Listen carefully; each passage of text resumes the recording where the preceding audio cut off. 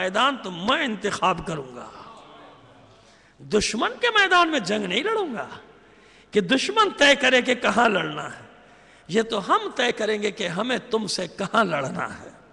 سمجھ گئے آپ؟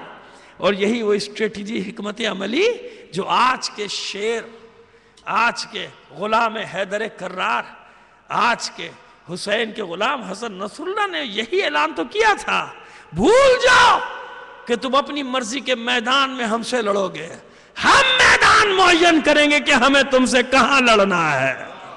بھول جاؤ۔ یہ سکھانے والا کون؟ حسین۔ تمہارے میدان میں نہیں لڑوں گا، میدان کا انتخاب میں کروں گا۔ تو انتخاب حسین نے کیا کہ نہیں؟ زمین خریدی کہ نہیں؟ کربلا کو اپنی جاگیر بنایا یا نہیں؟ بنایا نا؟ تو لڑائی کس بات کی؟ ہر منبر سے، ہر جگہ علی حسین کے بابا پہ سب و شتم ہو رہا ہے، اور حسین نے فیصلہ کیا کہ ایسا کام کرنا ہے، ایسا کام کرنا ہے کہ منبر میرا ہوگا، ذکر میرے بابا کی ولایت کا ہوگا۔ عزیزو، کبھی غور کیا اس بات پہ کہ کربلا نہ ہو تو کیا ہے؟ کربلا نہ ہو تو کچھ بھی نہیں ہے۔ جب کربلا ہی نہیں تو اسلام نہیں، جب اسلام نہیں تو بدر کہاں، خیبر کہاں، خندق کہاں، احد کہاں، ذو الشیرہ کہاں، ہجرت کہاں، مبائلہ کہاں، غدیر کہاں؟ کچھ بھی نہیں۔ یہ حسین ہے جو ولایت کی جنگ لڑ رہا ہے کربلا میں اپنی مرضی سے، کہ کیسے جنگ لڑنا ہے مجھے۔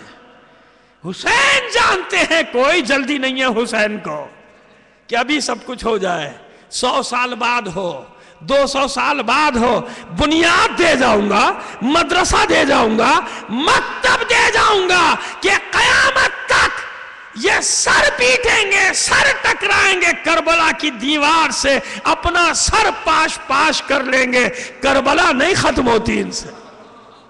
ہو رہا ہے نا؟ تو منبر حسین کا، مجلس حسین کی ہی، اور ذکر کس کا اس میں؟ اس کے بابا علی کا۔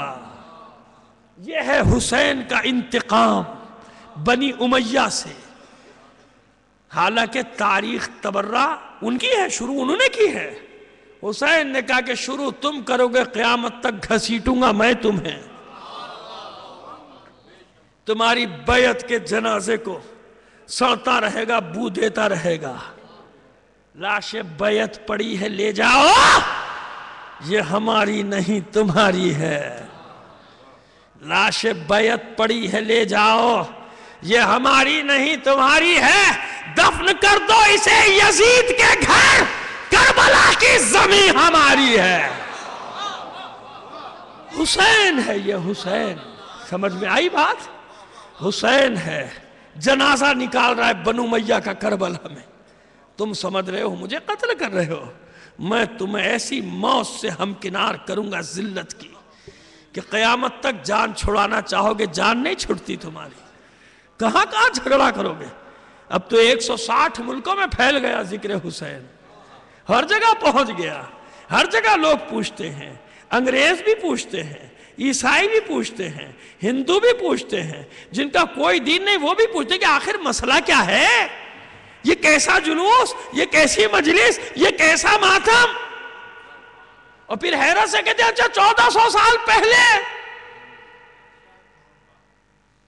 پھر جب تحقیق کرتے ہیں تو سمجھ میں آتا ہے کہ راز کیا ہے۔ راز یہی ہے کہ حسین نے لعنت کا طوق گلے میں ڈال دیا ولایت کے دشمنوں کے۔ واقعی کربلا نہ ہوتا تو مجھے بتاؤ دین بچتا؟ جب دین نہ بچتا تو اذان کہاں سے بچتی؟ اذان نہ بچتی تو نماز کہاں سے بچتی؟ عبادتیں کہاں سے بچتی؟ ولایت کا اعلان کہاں ہوتا؟ غدیر خم کہاں بیان کیا جاتا؟ مباہلہ کہاں بیان ہوتا؟ یہ ساری چیزیں کہاں بیان ہوتی؟ تو یہ ہے وہ ولایت علی کی جنگ، کیونکہ اصل دشمنی علی سے تھی یا نہیں تھی؟ تھی نا۔ اس یزید ملعون نے کیا کہا تھا دربار میں کہ آج میں نے اپنے بدر و احد کے مقتولین کا بدلہ لے لیا۔ تو بدر و احد میں کس نے مارا تھا اس کے باپ دادا کو؟ حسین کے بابا نے مارا تھا یا نہیں؟ اب تو بات واضح ہو گئی کہ جنگ کون سی ہے کربلا میں؟ جنگ وہی ہے جس کا آغاز بدر میں ہوا نہیں، بلکہ شعب ابی طالب سے ہوا تھا۔ وہی جنگ ہے، حسین وہی جنگ لڑ رہا ہے، مگر حکمت عملی تبدیل کر دی۔ یہ یہی سمجھتا رہ جائے کہ یہ جیت گیا، اسے پتہ ہی نہیں کہ حسین کیسے جیتا ہے۔ جیت تو حسین کا سفیر مسلم بھی گیا تھا، جیت گیا تھا، حالانکہ مسلم کو بھی نہیں معلوم کہ میں جیت گیا، کیونکہ مسلم امام تھوڑی ہے، معصوم تھوڑی ہے، اسے کیا معلوم؟ وہ تو شرمندہ ہے، مسلم رو رہا ہے، شرمندہ ہے، کسی کو ڈھونڈ رہا ہے کہ کوئی مل جائے جس کے ذریعے حسین کو پیغام دے دو، میرے مولا مت آنا، یہ کوفی بے وفا ہیں، یہ دغا باز ہیں، ان کی زبانوں پہ کچھ ہے، دل کہیں ہے، تلوار کہیں ہے، یہ عجیب لوگ ہیں، کہتے کچھ ہیں، کرتے کچھ ہیں، محبت کسی سے کرتے ہیں، مدد کسی کی کرتے۔ سر تھام کے بیٹھا ہے مسلم کہ میں کیا کروں؟ کب؟ جب سب نے ساتھ چھوڑ دیا، اور صرف ساتھ نہیں چھوڑا، کوئی دروازہ نہیں جو مسلم پہ کھل جائے، ہر دروازہ بند ہے، ہر شخص ڈر گیا ایسا نہ ہو کہ مسلم کے چکر میں بھی مارا جاؤں، میرے بیٹے بھی اندر ہو جائیں، قتل کر دیے جائیں، دروازے بند۔ پورا کوفہ ابھی چند گھنٹے پہلے مسلم کے ساتھ تھا، مخالفت کی ہوا چلی، خوف اور لالچ نے سب کو مسلم سے دور کر دیا۔ گلی گلی پھر رہا ہے، رات ہو چکی، اندھیرا ہو چکا، کہاں جائے مسلم؟ اپنی جان کی پرواہ تھوڑی ہے مسلم کو، مسلم کو تو ایک ہی فکر ہے کہ کوئی ایک آدمی۔ بڑے مشکل مرحلے میں ہوں میں، جو مجھے حکم دیا گیا ہے جس طرح سے مصائب پڑھنے کا، مگر میں کوشش کر رہا ہوں، کوشش کروں گا کہ اس ترتیب کو اس طرح نبھا دوں، حالانکہ بالکل الگ الگ دو باتیں، مگر میں کیا کروں؟ مسلم سر تھا میں بیٹھا ہے، کوئی ایک آدمی ایسا مل جائے جس کے ذریعے سے میں اپنے مولا کو پیغام بھیج دوں۔ سر تھام کے بیٹھا، پیاس کا غلبہ ہوا مسلم، جس دروازے پہ بیٹھا ہے اسی دروازے کو کھٹکھٹایا، دق الباب کی دستک دی، اندر سے کسی مومنہ کی آواز آئی، کون ہے، کیا چاہتا ہے؟ کہا مسافر ہوں، پیاسا ہوں۔ اس مومنہ نے پانی ہاتھ بڑھا کے دیا ظرف میں، مسلم پانی پی کے وہیں چوکھٹ پہ بیٹھا ہے۔ اس مومنہ کو احساس ہوا کہ پانی پی کے یہ مسافر گیا نہیں، پوچھا بھائی زمانہ خراب ہے، یہاں کیوں بیٹھا ہے؟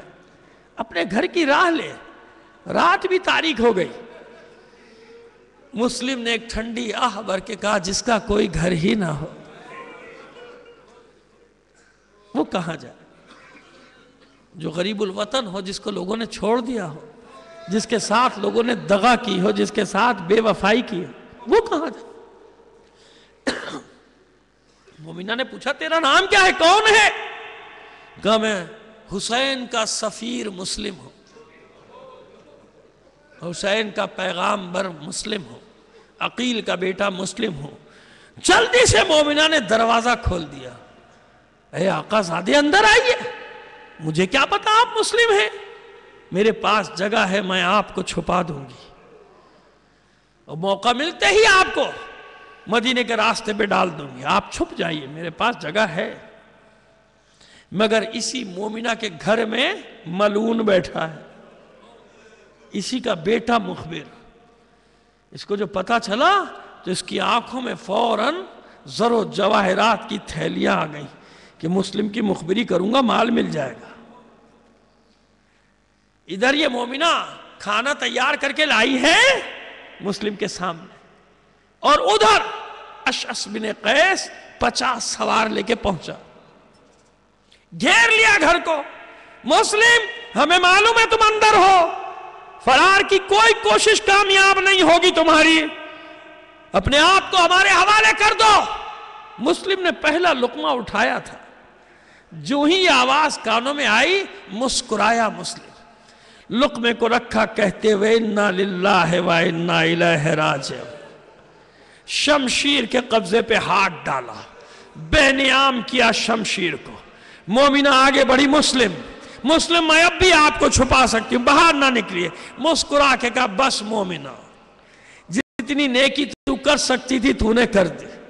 دیکھ اب تک انہیں معلوم نہیں تھا کہ میں گھر میں ہوں، اب انہیں معلوم ہو گیا، یہ مجھے للکار رہے ہیں، میں ہاشم کا بیٹا ہوں، میں عقیل کا بیٹا ہوں۔ یہ نہیں ہو سکتا کہ دشمن للکارے اور میں اس کی للکار کا جواب نہ دوں۔ ٹھوکر مار کے مسلم نے دروازہ کھولا، حملہ کیا۔ کہاں یہ 50 علی کے شیر کو قابو کر سکتے تھے، اور کمک منگائی، یہاں تک کہ 500 آدمی اور تنہا مسلم مقابلہ کر رہا ہے۔ پسر سعد کو، ابن زیاد کو کہلوانا پڑا، ابن اشعث، ایک آدمی کے لیے تجھے کتنی فوج درکار ہے؟ کہا یہ کوئی کوفے کا بقال نہیں ہے، عقیل کا بیٹا ہے، علی کا بھتیجا ہے، ابو طالب کا لاڈلا ہے مسلم۔ لہذا سازش کی گئی، گڑھا کھودا گیا، مسلم کو اس میں گرایا گیا، رسیوں سے کھینچا گیا کوفے کی گلیوں، زخموں سے چور مسلم۔ جب پہنچا ابن زیاد کے دربار میں تو زخموں سے چور ہونے کے باوجود سینہ تان کے کھڑا ہو گیا علی کا شیر۔ کہا گیا امیر کے سامنے جھکو، کہا میں کسی امیر کو نہیں جانتا، میرا امیر حسین ہے، بس میرا اور کوئی امیر نہیں۔ رائے عامہ کو گمراہ کرنے کے لیے ابن زیاد نے کہا لوگ چین سے تھے، لوگ امن سے تھے، تم نے آ کے انتشار پھیلا دیا، کوفے میں فساد برپا کر دیا۔ اطمینان سے مسلم نے جواب دیا کہ نہیں، میں اپنی مرضی سے نہیں آیا، یہاں سے ہزاروں خط گئے ہیں جس کے جواب میں آیا ہوں، میرے مولا نے مجھے بھیجا ہے جس کے جواب میں قتل تو کرنا ہی ہے، مسلم کا سر توڑانا ہے، کوئی وصیت ہے تو کر دو۔ مسلم نے چاروں طرف دربار میں نگاہ دوڑائی، پسر سعد موجود ہے، اس سے کچھ تجارتی تعلق تھا کہ اس کو وصیت کرنا چاہتا ہوں، یہ پیچھے ہٹ گیا ڈر کے، مجھے اس کی وصیت نہیں سننی ہے۔ ابن زیاد نے مسکرا کے کہا جانتا ہوں تو ہمارے ساتھ ہے، سن لے جو مسلم کہہ رہا ہے۔ مسلم نے پہلی بات یہ کہ میرے ساتھ میرے 2 بچے بھی آئے، میرے 2 بچے بھی میرے بعد یتیم ہو جائیں گے، انہیں مدینے پہنچا دینا۔ دوسری وصیت، میں مقروض ہو گیا ہوں کچھ کوفے میں آ کے، میری زرہ بیچ دینا، میرا گھوڑا بیچ دینا، میرا قرضہ فلاں فلاں کا ادا کر دینا۔ تیسری وصیت مسلم کہتے ہیں کہ کوئی میرے مولا کو یہ پیغام پہنچا دو کہ کوفہ بے وفا ہے، مولا رخ نہ کرنا کوفے کا، ایک قاصد مجھے دے دو۔ خیر تینوں میں سے کسی وصیت پہ بھی عمل نہ ہونا تھا سوائے قرضے کے، وہ اتار دیا گیا، سامان بیچ کے مسلم کا۔ پیاس کا غلبہ ہوا مسلم پہ، مسلم نے کہا ذرا سا پانی مجھے پلا دو۔ مٹی کے کوزے میں پانی لا کے دیا گیا، چاہتے تھے مسلم پیئے، خون کی قے ہو گئی، پھینک دیا پانی کو ایک طرف، دوسرا کوزہ لایا گیا، جب پینا چاہا پھر خون آ گیا، پھر پھینک دیا۔ جب 3 بار یہ عمل ہوا تو مسلم کہتا ہے کہ نہیں، میرے نصیب میں پیاسا ہی قتل ہونا۔ اب میں کیا عرض کروں، مسلم